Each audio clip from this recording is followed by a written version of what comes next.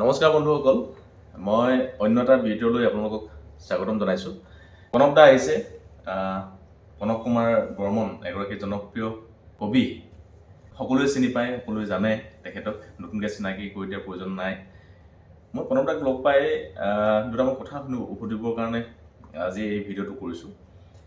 বিশেষকৈ তিনিচুকীয়াত তাহানি দিনৰ আমাৰ মটক ৰজাসকলৰ যিবিলাক সম্পত্তি, যিবিলাক ঐতিহ্য, এই ঐতিহ্যবিলাক ক্ৰমান্বয়ে নাইকিয়া হৈ যাব নেকি, এনেকুৱা এটা ভাৱ মনলৈ আহিছে। মই প্ৰণৱ দা, আপুনি চাগে বিতৰ্কটো গম পাইছেই। চাৰিওফালে এটা মানে নপুখুৰীত ছট পূজা অনুষ্ঠিত কৰা নকৰাক লৈ এটা বিতৰ্ক সূত্ৰপাত হৈছে। আৰু ইতিমধ্যেই তিনিচুকীয়াত যিবিলাক ঐতিহাসিক পুখুৰী আছে, এই পুখুৰীবিলাক অনা অসমীয়া কবলত আছে। সেয়া দেৱী পুখুৰীয়ে কওক, সেয়া চাউল ধোৱা পুখুৰীয়ে কওক, এতিয়া বৰ্তমান নপুখুৰী। ছট পূজা পতাক লৈ কোনো কাৰো দ্বিমত নাই। ইতিমধ্যে বহু বছৰ ধৰি ছট পূজা অনুষ্ঠিত কৰি আছে। আমি সকলোৱে সংস্কৃতিক আমি সন্মান কৰোঁ, কিন্তু এই যে তেওঁলোকে জোৰ জবৰদস্তি যে নপুখুৰীত ছট পূজা পাতিমেই, এনেকুৱা আগ্ৰাসী এটা মন লৈছে, এই বিষয়টোত আপুনি কি ভাবে? প্ৰথম কথাটো হ'ল যে আমাৰ ভাৰতবৰ্ষৰ সংবিধানে ঘোষণা কৰিছে ভাৰতবৰ্ষ এখন ধৰ্মনিৰপেক্ষ দেশ। ইয়াতে কোনো মূল ধৰ্ম আচলতে ক'বলৈ গ'লে নাই। সকলো ধৰ্মাৱলম্বীয়ে নিজা পূজা পাতল বা ঈশ্বৰ আল্লাহ উপাসনা কৰিব পাৰে, বুদ্ধক উপাসনা কৰিব পাৰে, জৈনক উপাসনা কৰিব পাৰে, যীচুক উপাসনা কৰিব পাৰে। সেই অধিকাৰটো সকলোৰে আছে। ভাৰতবৰ্ষৰ প্ৰতিগৰাকী নাগৰিকৰ ভাৰতবৰ্ষৰ যিকোনো প্ৰান্ততেই আছে, আৰু সেইটোত কাৰো আপত্তি কৰিবলগীয়া মই ভাবোঁ একো নাই। কিন্তু তাৰ লগত অসমৰ আটাইতকৈ গুৰুত্বপূৰ্ণ আৰু ডাঙৰ কথাটো হৈছে যে অসমখন লাহে লাহে বহিৰাগত, অকল বাংলাদেশীয়ে নহয়, বহিৰাগত ভাৰতীয়ৰো আমি কিছুমান বঞ্চনা আৰু শোষণৰ বলি হ'বলগীয়া হৈছে। আমাৰ কিছুমান দুৰ্বলতাৰ কাৰণে অসমীয়া জাতিৰ একতাহীনতা, অসমীয়া জাতিৰ নিজৰ ভাষাৰ প্ৰতি সন্মান নথকা, নিজৰ সংস্কৃতিৰ প্ৰতি দায়িত্ববোধ নথকা, এই বিভিন্ন কাৰকে ইয়াতে কাম কৰি আহিছে। মধ্যবিত্ত অসমীয়াই নিজৰ ভাষা এৰিছে, নিজৰ ল'ৰা ছোৱালীক অসমীয়া ভাষা বা নিজৰ যি জনগোষ্ঠীয় আমাৰ ভাষাৰে সমৃদ্ধ অসমীয়া জাতিত এইবিলাক নিশিকায়। যদিও আজি মিচিং ভাষা বা অন্যান্য ভাষাক স্কুলীয়া মাধ্যম হিচাপত স্বীকৃতি দিছে চৰকাৰে, কিন্তু আমি নিজে নিজৰ শিপাৰ পৰা আঁতৰি যোৱাৰ কাৰণে আমাৰ দুৰ্বলতাৰ সুযোগ বহিৰাগত যিবিলাকে ইয়াতে মূলতঃ ব্যৱসায় কৰিবলৈ আহে বা শ্ৰমিক হিচাপে আহে, এই দুৰ্বলতাৰ সুযোগটো লৈ তেওঁলোকে কি কৰে, এটা সময়ত আমাৰ ভূমি দখল কৰিবলৈ আৰম্ভ কৰে আৰু ইয়াতে নিগাজী হৈ লয়। কাৰণ তেওঁলোকৰ য'ৰ পৰা আহে তাত বেছিভাগতে তেওঁলোকৰ জীৱন জীৱিকাৰ সমস্যা আছে। তাত আজি বিহাৰতে যাওক, আপুনি ৰাজস্থানতে যাওক, জীৱন জীৱিকাৰ সমস্যা আছে। আৰু অসমৰ নিচিনা সুন্দৰ পৰিৱেশ, প্ৰাকৃতিক পৰিৱেশ তাত নাই। অসমৰ নিচিনাকৈ সাংস্কৃতিক এখন ৰাজ্য বিচাৰি নাপাব আপুনি ভাৰতবৰ্ষত। গতিকে এনেকুৱা এখন ৰাজ্যলৈ আহি অসমীয়া মানুহৰ দুৰ্বলতাৰ সুযোগ লৈ তেওঁলোকে যেতিয়া আমাৰ ভূমি দখল কৰিবলৈ যায়, তেতিয়া নিশ্চিতভাৱে আমি শংকিত হওঁ। এইটো অকল বাংলাদেশীৰ পৰাই হোৱা নাই, বিহাৰীৰ পৰা হৈছে, মাৰোৱাৰীৰ পৰা হৈছে। কিন্তু আমাৰ কথাটো হৈছে যে আপোনালোক আহিছে সাংবিধানিক অধিকাৰ লৈ, আপোনালোকে নিজৰটো কিছু পৰিমাণে থৈ আমাৰটো গ্ৰহণ কৰিলেহে লীন যাব লাগিব, তেতিয়াহে জাতিটো গঠন হ'ব আৰু আপোনালোকক আমি নিজৰ বুলি ভাবিবলৈ পাৰিম। আৰু বহুতে ইতিমধ্যে লীন গৈছে, মাৰোৱাৰী হওক, বিহাৰীয়ে হওক বা অন্যান্য জনগোষ্ঠী বা বঙালীয়ে হওক। কিন্তু ইয়াৰ ক্ষেত্ৰত চৰকাৰৰ এটা গুৰুত্বপূৰ্ণ দায়িত্ব আছে। সুৰেন্দ্ৰ, মই ক'ব বিচাৰিছোঁ যে ভূমিৰ অধিকাৰ, যে যাতে খিলঞ্জীয়া অসমীয়াক বাদে কোনেও ইয়াতে ভূমি ক্ৰয় কৰিব নোৱাৰে, সেই আইনখন বলবৎ কৰিব লাগে সোনকালে। আৰু দ্বিতীয় কথাটো হৈছে, এইখন এখন মূলতঃ জনজাতীয় ৰাজ্য বুলিয়ে ক'ব পাৰি। বিভিন্ন জনজাতিৰে আমাৰ অসমীয়া জাতিটো সমৃদ্ধ হৈ আছে। আৰু যেতিয়া জনজাতীয় ৰাজ্য হ'ব, জনজাতীয় ৰাজ্যবিলাকত যেনেকৈ অৰুণাচলত, নাগালেণ্ডত বেলেগে ভূমি ক্ৰয় কৰিব নোৱাৰে, আনকি বিটিআৰতো এতিয়া নোৱাৰে বুলি শুনিছোঁ, তেনেদৰে সমগ্ৰ অসমত যেতিয়া ভূমি ক্ৰয় কৰিব নোৱাৰিব বহিৰাগত, কেৱল থাকিব পাৰিব, ব্যৱসায় কৰিব পাৰিব, তেতিয়া আমি ভূমিৰ অধিকাৰটো আমাৰ ৰক্ষিত হ'ব, আমি সংৰক্ষণ কৰিব পাৰিম। তেতিয়া আমাৰ এই শংকাবিলাক নাইকিয়া হ'ব।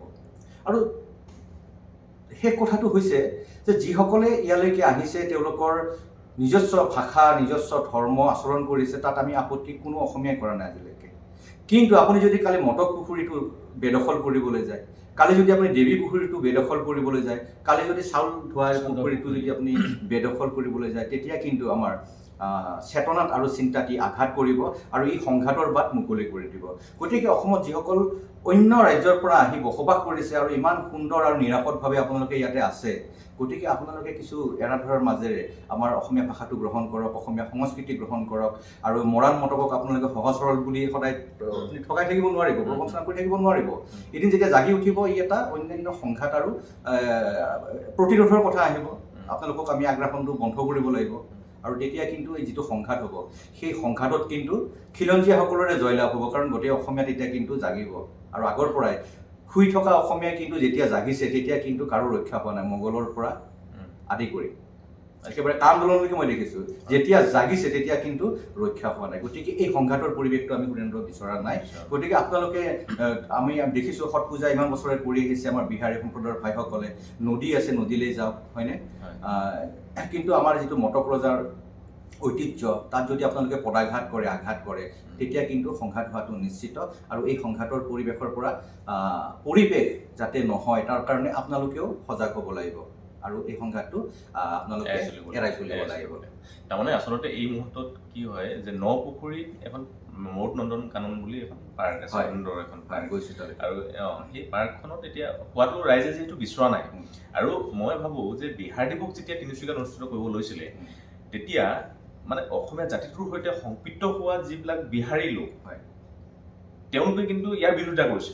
মই দেখিছোঁ যে শদিয়াত থকা যিসকল অসমীয়াৰ সৈতে একেবাৰে সংপৃক্ত হৈ গ'ল, মই দেখিছোঁ যে ৰাজগড়ত থকা, টিংখাঙত থকা, নাহৰকটীয়াত থকা এনে পৰিৱেশবিলাকত থকা যিবিলাক বিহাৰী লোক আছে তেওঁলোক ইতিমধ্যেই অসমীয়া ভাষাতেই তেওঁলোকে ইয়াৰ বিৰোধিতা কৰিছে। তাৰ মানে আমি এইটো ক'ব বিচাৰিছোঁ যে অসমত ইতিমধ্যে যিবিলাকে জাক গৈছে, অসমীয়াৰ সৈতে তেওঁলোকে মিলিজুলি যিসকল থাকিব বিচাৰে, তেওঁলোকে অসমীয়া শিকি অসমীয়া ভাষা সংস্কৃতিৰ সৈতে একাত্ম হ'ব বিচাৰে, তেওঁলোকে কিন্তু এই এনেধৰণৰ সংঘাত কেতিয়াও নিবিচাৰে আৰু এনেধৰণৰ তেওঁলোকে বিহাৰ মানে দিৱস তেওঁলোকে অনুষ্ঠিত কৰাটো নিবিচাৰে। আৰু এতিয়াও যিসকলে ছট পূজা বহু বছৰ ধৰি আমাৰ ইয়াত বসবাস কৰি আছে তেওঁলোকে কিন্তু এই আগ্ৰাসী মনোভাৱ তেওঁলোকৰ নাই। তেওঁলোকে ইতিমধ্যে বিভিন্ন স্থানত পাতিয়ে আছে ছট পূজা আৰু কোনেও তাৰ বিৰোধিতা কৰা নাই।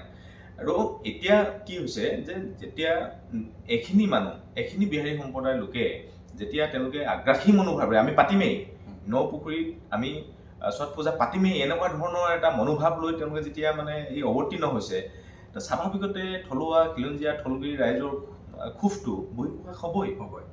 আৰু মই ভাবোঁ যে ইয়াৰ যিবিলাক থলগিৰি মানুহক তেওঁলোকে সন্মান কৰা উচিত, কেতিয়াও আগ্ৰাসী হোৱা উচিত নহয়।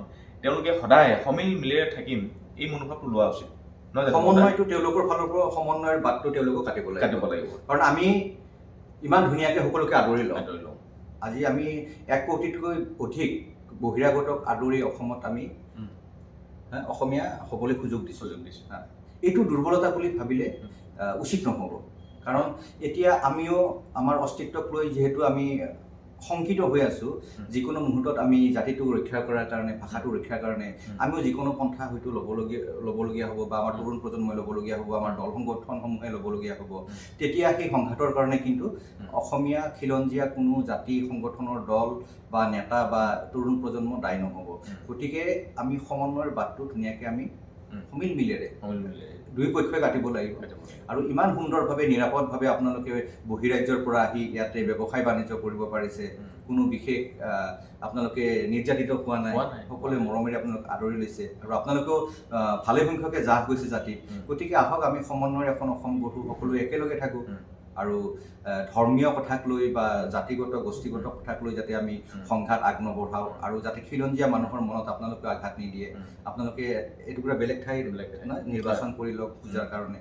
গতিকে আৰু ঐতিহ্যটো আমি ৰক্ষা কৰিব লাগিব, মটক ৰজাৰ ঐতিহ্য ৰক্ষা কৰিব লাগিব, আহোমৰ ঐতিহ্য ৰক্ষা কৰিব লাগিব, কোচ ৰজাৰ ঐতিহ্য আমি ৰক্ষা কৰিব লাগিব, কছাৰী ৰাজ্যৰ আমি ঐতিহ্য ৰক্ষা কৰিব লাগিব। এইবিলাক যদি আপোনালোকৰ হাতত ধ্বংসৰ মুখলৈ যায় তেনেহ'লে আমি কেলে বহি থাকিম? সেইটোৱে আমাৰ কথা। তাৰমানে আৰু এটা চাব দেই, অসমত বুলিহে এতিয়া আমিতো বহুত দেখিছোঁ যে ইয়াত মন্ত্ৰী বিধায়ক অনা অসমীয়া বহু মন্ত্ৰী বিধায়ক হৈ গৈছে। কিন্তু আমি আজিও আছে মন্ত্ৰী বিধায়ক আজিও আছে, কিন্তু অসমৰ পৰা কোনো ৰাজ্যত তেনেদৰেতো মন্ত্ৰী বিধায়ক হোৱাগৈ নাই। তাৰমানে আমি আপোনালোকক কিমান মানে দলিচাখন পাৰি দিছোঁ, কিমান সুযোগ দিছোঁ, কিমান আপোনালোকৰ প্ৰতি আমি সহানুভূতিৰে আকোৱালি লৈছোঁ, এই সহানুভূতিবিলাকক তেওঁলোকে দুৰ্বলতা ভাবি সদায় প্ৰত্যাঘাত কৰি যাব, এয়াটোতো কেতিয়াও হ'ব নোৱাৰে নহয়। আৰু মই এইটো কথাও কৈছোঁ যে যেতিয়া বিহাৰ দিৱস অনুষ্ঠিত কৰিবলৈ হৈছিলে তেতিয়া সদৌ অসম ভোজপুৰী যুৱ ছাত্ৰ পৰিষদ নে ভোজপুৰী পৰিষদৰ সভাপতিগৰাকীয়ে এটা পোষ্ট দিছিলে, তেওঁলোকে মানে বিৰোধিতা কৰা কথা। তেওঁলোকে কেতিয়াও এইটো একমত নহয় বুলি অসমীয়াতে লিখি সভাপতিগৰাকীয়ে এটা পোষ্ট দিছিলে, ফেচবুক পোষ্ট দিছিলে, আৰু সামাজিক মাধ্যমত এইটো খুব ভাইৰেল হৈছিলে। আৰু তাত মই গোটেই কমেণ্টবিলাক চাইছিলোঁ, সভাপতিগৰাকীয়ে দিয়া যিটো পোষ্ট আছিলে তাত কমেণ্টবিলাক মই চাইছিলোঁ। আৰু কোনোবা চাহ, কোনোবা গুপ্তা, কোনোবাই যদি নাহৰকটীয়া, ৰাজগড়, টিংখাং, শদিয়া, ফিলৌবাৰী এনে ধৰণৰ বহু ভিতৰুৱা অঞ্চলৰ যুৱক যুৱতীয়ে মানে বিহাৰী সম্প্ৰদায়ৰ কোনোবা চাহ, কোনোবা গুপ্তা, তেওঁলোকে ইয়াৰ অসমীয়া ভাষাতে লিখি ইয়াৰ বিৰোধিতা কৰিছিলে। আমি কেতিয়াও নিবিচাৰোঁ বিহাৰ দিৱস ইয়াত অনুষ্ঠিত হোৱাটো, কোনো নিবিচাৰোঁ। তেওঁলোকে সদায় আমাৰ লগত মিলিজুলি থাকিবই বিচাৰেই।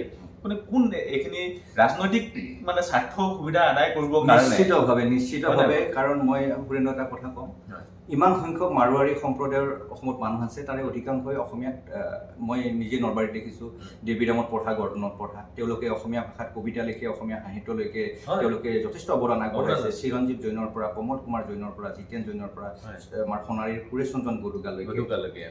বিহাৰী সম্প্ৰদায়ৰ মোৰ ইমান বন্ধু আছে, তেওঁলোকে অসমীয়াত কবিতা লিখে আৰু ইমান ভালকে লিখে। মনোজ পাণ্ডে আছে, আমাৰ হেৰি আছে ফিলৌবাৰীত, ৰাজেন্দ্ৰ আছে। আমি একেলগে থাকোঁ, অসমীয়াত কথা পাতোঁ, অসমীয়াতে আমি সকলো মত বিনিময় কৰোঁ। তেনেহ'লে কোনে আহি এই সংঘাত আৰু সংঘৰ্ষৰ বাট মুকলি কৰিছে, এইটো কিন্তু আমি বিবেচনা কৰিব লাগিব।